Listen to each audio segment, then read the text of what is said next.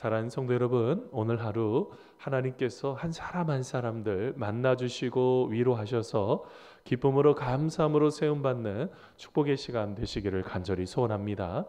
여러분, 플로렌스라는 여인이 있었습니다. 이 플로렌스라는 여인은요, 기회가 있을 때마다 좋은 것들, 행복한 것을 생각하지 못하고 이 목숨이요, 늘 촛불 앞에 있는 것과 같은 두려움을 느끼게 됩니다.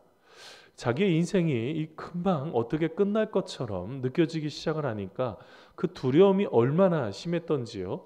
그럼 37살이 될 때부터 어떻게 하기 시작을 했냐면 침대에서 누워서 생활을 하기 시작합니다. 이제 자기가 죽을 거라고 생각을 한 거죠. 그렇게 하고 난 이후에 어떻게 됐을까요? 그의 인생의 아주 오랜 세월을 거의 한 53년을 누워서만 생활을 했다는 것입니다. 근데 여러분, 이 여인이요, 중간에 그렇게 두려워하고 두려워했던 이 여인이요, 3년간은요 얼마나 멋지게 생활했는지 몰라요. 그 당시에 크림 전쟁이 있었는데 이 3년 동안 그 여인은요 간호사로서 이 전쟁을 누비면서 많은 사람의 생명을 살립니다. 여러분, 이 여인의 이름은 누구일까요? 여러분, 플로렌스 나이팅게일을 말합니다. 우리가 잘 알고 있는 이 나이팅게일이요, 이 전쟁 가운데 있을 때 어떻게 보면 자기의 목숨 걸고 많은 사람을 살리는 데 노력했던 이 나이팅게일이 실제로는 그녀의 인생의 거의 전부를 죽음 앞에 놓여져 있는 그 두려움 속에 살았습니다. 얼마나 힘이 들었을까요? 그의 인생 속에 그렇게 또 침대에서 생활할 수밖에 없었던 그 긴 시간의 그 세월을 보내면서 어떤 마음이 있었을까요?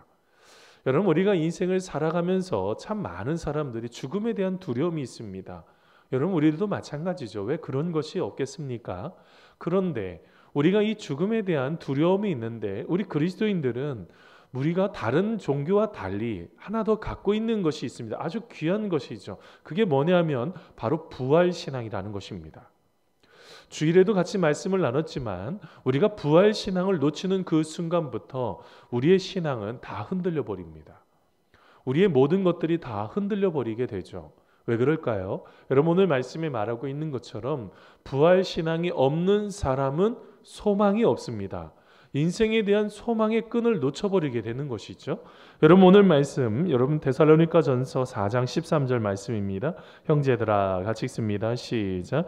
형제들아, 자는 자들에 관하여는 너희가 알지 못함을 우리가 원하지 아니하노니 이는 소망 없는 다른 이와 같이 슬퍼하지 않게 하려 함이라. 아멘. 여러분, 오늘 말씀에 이 자는 자들에 대한 이야기가 나옵니다. 어떻게 보면 이것은 많은 사람들을 총칭할 때 쓰는 단어입니다. 그냥 우리가 죽게 되었을 때 우리는 어떻게 되죠? 하나님의 품에 안기게 되죠. 하나님의 품에 안겨서 우리의 삶은 하나님 안에 거하게 됩니다. 자, 그런데 우리의 삶이요, 한 명 한 명씩 죽게 되지 않습니까? 우리의 삶이 죽게 되었을 때 얼마나 많은 사람들이 힘들어하고 슬퍼하는지 모릅니다.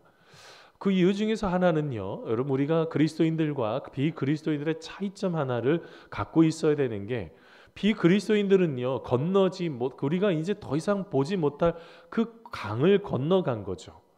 외국에서는요 스탄웨이 강이라고 표현하기도 하고요. 우리는 여러분 그 강을요 건너가야 하지 않습니까? 그런데 이 강을 건너간다는 건 이제 다시 보지 못한다는 거예요. 이제 끝났다는 거죠. 그런데 우리 그리스도인들은 어떤 소망이 있습니까? 우리가 다시 본다는 소망이 있어요. 우리가 다시 하나님 나라에서 우리 귀한 우리가 만났던 믿음의 형제 자매들, 우리의 가족들을 본다는 소망이 있죠. 그 소망이 있어서 우리가 그 모든 문제들을 풀어낼 수가 있는 것입니다. 우리가 우리의 삶 속에서 이 소망을 자꾸 놓치는 이유가 뭘까요? 내가 다시 부활한다는 그 부활 신앙을 놓쳐버려서 그렇습니다. 내가 다시 한번 일어선다는 그 부활 신앙을 놓쳐버리면 우리의 모든 것들은 하나씩 하나씩 다 흔들려 버리죠. 여러분, 부활 신앙이 여러분 가지고 계십니까? 내가 예수님이 다시 살아나신 것처럼 나도 다시 살아난다는 이 부활 신앙을 갖고 계십니까? 이것이 바로 우리의 삶을 소망으로 인도하는 것입니다.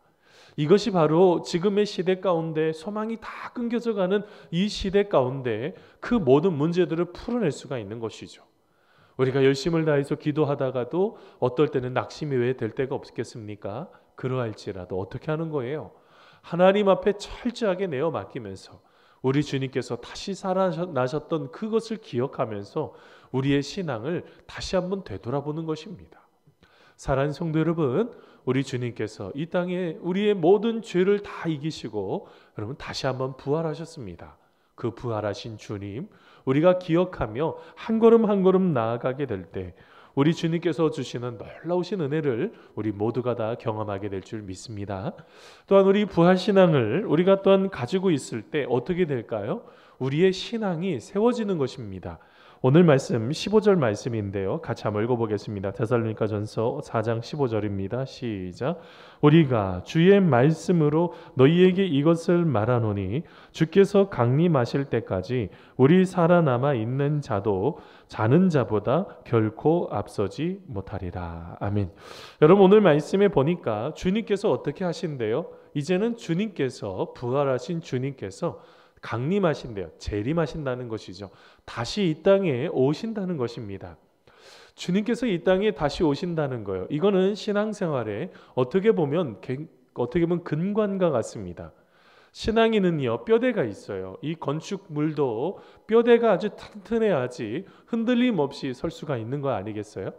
그런데 우리의 신앙에 뼈대가 있습니다. 그 뼈대 중에 하나는 뭐냐면 바로 예수님께서 십자가에 돌아가셨다는 겁니다. 이것을 믿으셔야 됩니다. 우리의 모든 죄를 짊어지고 십자가에 죽으셨다는 것. 이거를 놓쳐버리면 우리의 신앙이 다 흔들려 버려요. 왜냐하면 이것을 자꾸 놓쳐버리니까 죄의 죽음에 대해서 나의 죽음에 대해서 이거를 선언해야지 신앙생활이 시작이 되는 거거든요. 내가 자꾸 살아있으니까 어떻게 돼요? 끊임없이 나의 죽음, 그래서 십자가에 나의 정과 욕심과 그 욕정을 십자가에 못 박아야 되죠. 죽음을 선언하셔야 됩니다. 그 다음에 또 하나 필요한 것이 뭐냐면 바로 부활이죠. 예수님께서 나를 위해서 다시 살아나셨다는 이 부활의 토대 위에 신앙이 세워지는 것입니다. 그러니까 내가 다시 모든 것들 가운데 살아날 수 있음을 믿는 것, 바로 이것 속에서 우리의 신앙이 아주 든든하게 세워지는 거죠. 여기에서 우리가 꼭 놓쳐서는 안 되는 바로 이 신앙이요, 바로 우리의 믿음, 바로 이것이 십자가와 부활을 통해서 우리의 모든 것을 세워감을 우리는 꼭 기억할 필요가 있다는 것입니다. 그러면서 또 하나 기억하셔야 되는 게 있어요. 그게 뭡니까? 바로 재림이라는 것입니다. 예수님께서 이 땅에 오셔서 다시 재림하신다는 거예요. 예수님이 왜 다시 한번 이 땅에 오실까요? 여러분 함께 우리가 하나님 안에서 우리가 거하기 위해서 우리 주님께서는 이 땅에 다시 오셔서 우리들 한 사람 한 사람들을 불러가시죠. 오늘 말씀에 보니까 어떤 말씀이 있습니까? 우리가 주님께서 강림하실 때까지 우리 살아에 남아있는 자도 자는 자보다 결코 앞서지 못한다라는 바로 이 말씀을 우리가 좀 생각해 볼 필요가 있는데, 이 말씀은요 이런 그 당시 초대교회 성도들 중에 이런 생각을 갖고 있는 사람이 있습니다. 예수님께서 오신다고 말씀하셨으니까 예수님께서 오신다는 것을 기다리고 있는 사람들이 있었는데 어떤 사람들이 생겼어요? 서서히 죽는 사람들이 있었죠. 예수님을 믿고 죽는 사람들이 있었습니다. 그러면 이 사람들이 구원을 받지 못한다는 생각들이 있었어요. 왜냐하면 살아있는 사람들이 우리 주님께서 다시 데리고 가시는 것이지, 그러지 않기 위해서는 우리가 계속적으로 살아있어야 된다고 자꾸 생각을 했던 거죠. 그런데 그렇다고요? 아니라고요. 우리 주님께서는요 어떻게 하신다고요? 이 땅에 다시 오셔서 우리들 한 사람 한 사람들을 불러가시는 것입니다. 그러면서 어떻게 하실까요? 여러분 오늘 말씀 16절 말씀에 바로 그 말씀인데요. 우리 16절 말씀, 우리 16절부터 18절까지 말씀입니다. 같이 한번 읽어보겠습니다. 주께서 시작. 주께서 호령과 천사장의 소리와 하나님의 나팔 소리로 친히 하늘로부터 강림하시리니 그리스도 안에서 죽은 자들이 먼저 일어나고 그 후에 우리의 살아남아 있는 자들도 그들과 함께 구름 속으로 끌어올려 공중에서 주를 영접하게 하시리니 그리하여 우리가 항상 주와 함께 있으리라. 여기까지만요. 여러분 오늘 말씀에 보면 부활의 말씀이 나타나기 시작하죠. 자, 부활할 때 16절에 보니까 어떻게 합니까? 주께서 호령하시겠다는 것입니다.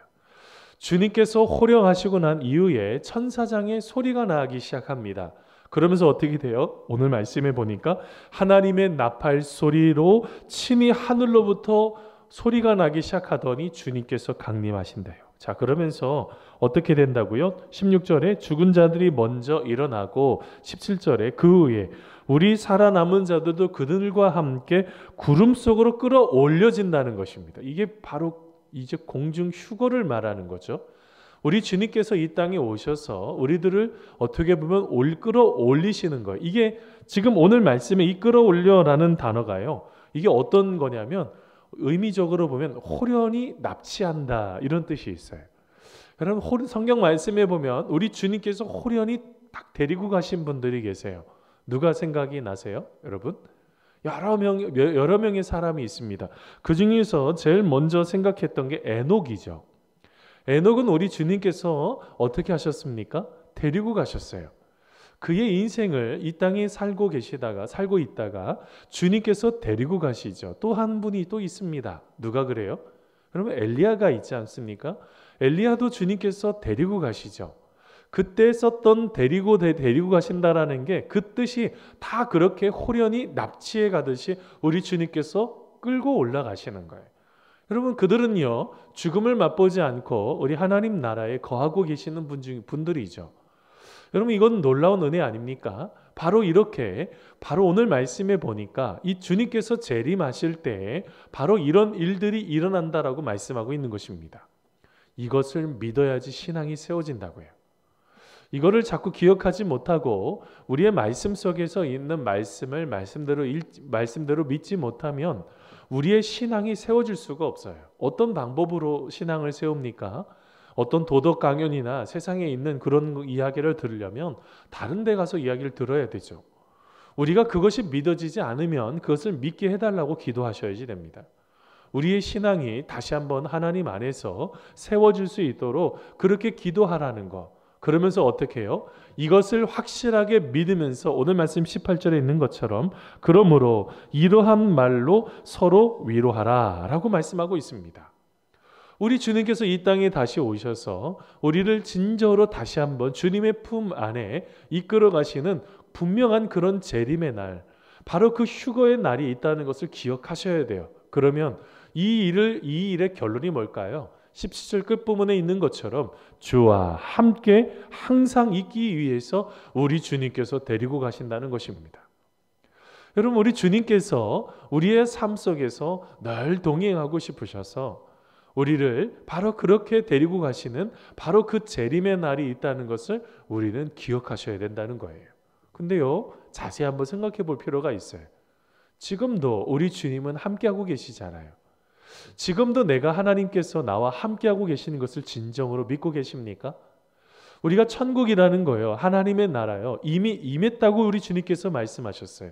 예수님께서 하나님의 나라가 왔다라고 말씀하셨죠. 여러분 이건 또 그런데 또 성경 말씀에 보니까 하나님 나라는 또 우리가 죽어서 가야 되는 또 하나님의 또 나라가 있습니다. 성경 말씀에는요. 이렇게 긴장관계 상태 속에 있는 말씀들이 참 많아요. 뭘 상징하고 있을까요? 우리가 지금 하나님의 나라를 지금은 우리가 경험하고 있는 거예요. 맛보기로 경험하고 있는 거죠. 그런데 우리가 하나님 나라에 갔을 때 어떻게 할까요? 진정으로 하나님께서 주시는 그 하나님의 나라를 우리가 하나님 품에서 경험하게 되는 거죠. 마찬가지로 우리의 삶 속에 일어나는 많은 부분들이 있습니다. 많은 부분들 우리가 그 속에서 있는 것들 우리가 지금은요 다 경험할 수도 없고 우리가 어떻게 그 모든 것들을 하나님의 은혜 가운데 세울 수가 있겠습니까? 그런데요 우리가 지금 이 순간에도 그런 놀라운 은혜들이 지금 이 순간에도 나타나고 있는 것입니다. 사랑하는 성도 여러분, 우리 하나님께서 우리가 함께하고 계시는 것을 여러분 믿고 계십니까? 실제로 그 십자가와 부활과 재림이라는 거예요. 이거는요 우리 주님께서 우리들과 함께하고 싶으셔서 이 모든 것들을 우리가 하나씩 한 거 아닙니까? 나를 살리고 싶으셔서 우리의 모든 죄를 해방시키고 싶으셔서 우리 주님께서 십자가를 지셨고 더 나아가서 우리를 다시 한번 그 살아나는 그 놀라우신 하나님의 은혜 가운데 함께 동참해 주고 싶으셔서 어떻게 하신 것입니까? 우리를 위해서 다시 살아나시고 그리고 또한 다시 이 땅에 오시겠다고 그 주님께서 약속하신 그 약속대로 우리 주님께서 다시 오신다고 그랬습니다. 여러분, 많은 신앙인들이요, 환난과 고통이 있을 때 그들이 고백했던 고백이 있어요. 마라나타요. 주 예수여 어서 오시옵소서. 주님, 이 땅 가운데 참으로 주님께서 이 땅에 다시 오게 해달라고 고백했던 바로 믿음의 귀한 선진들이 있었습니다. 주기철 목사님도요, 여러분, 그의 마음속에 주님의 오심을 기다리면서 고대했던 그 마음이 있었죠. 구름만 일어나도요, 주님께서 이 땅에 오시는 것처럼. 자세히 한번 보면 그들이 많이 힘들고 고통하고 아파하는 그 모든 순간에도 바로 예수님을 기다리고 있었던 것입니다. 사랑하는 성도 여러분, 우리는 지금의 이 시대를 보내면서 예수님을 기억하고 계십니까? 지금 이 순간에도 함께 하시는 우리 그 예수님이요, 우리의 인생의 진정한 주인이 되시는 그 예수님이요, 그 시기와 그때는 우리는 알지 못하지만 분명한 것은 주님은 이 땅 가운데 다시 오십니다. 그 주님 기억하시면서 오늘 하루도 힘들고 어려운 모든 시간들 잘 견뎌내시고 주님과 함께 한 걸음 한 걸음 나아가는 우리 성도님들 다 되시기를 간절히 축원합니다. 우리 같이 기도하시겠습니다. 사랑이 많으신 하나님 아버지, 우리의 마음속에 참으로 여러 가지 모든 부분들 가운데 참으로 흔들려 버리는 삶이 있습니다. 왜 그렇습니까? 바로 부활신앙을 놓쳐버렸기 때문 아닙니까? 하나님, 우리가 다시 한번 이 땅에 다시 부활하신 그 주님을 우리가 기억하며 우리 모두가 다 그 부활신앙에 근거해 이제 이 땅에 다시 오실 그 주님을 기다리며 오늘 하루를 한 걸음 한 걸음 나아가기를 간절히 소원합니다.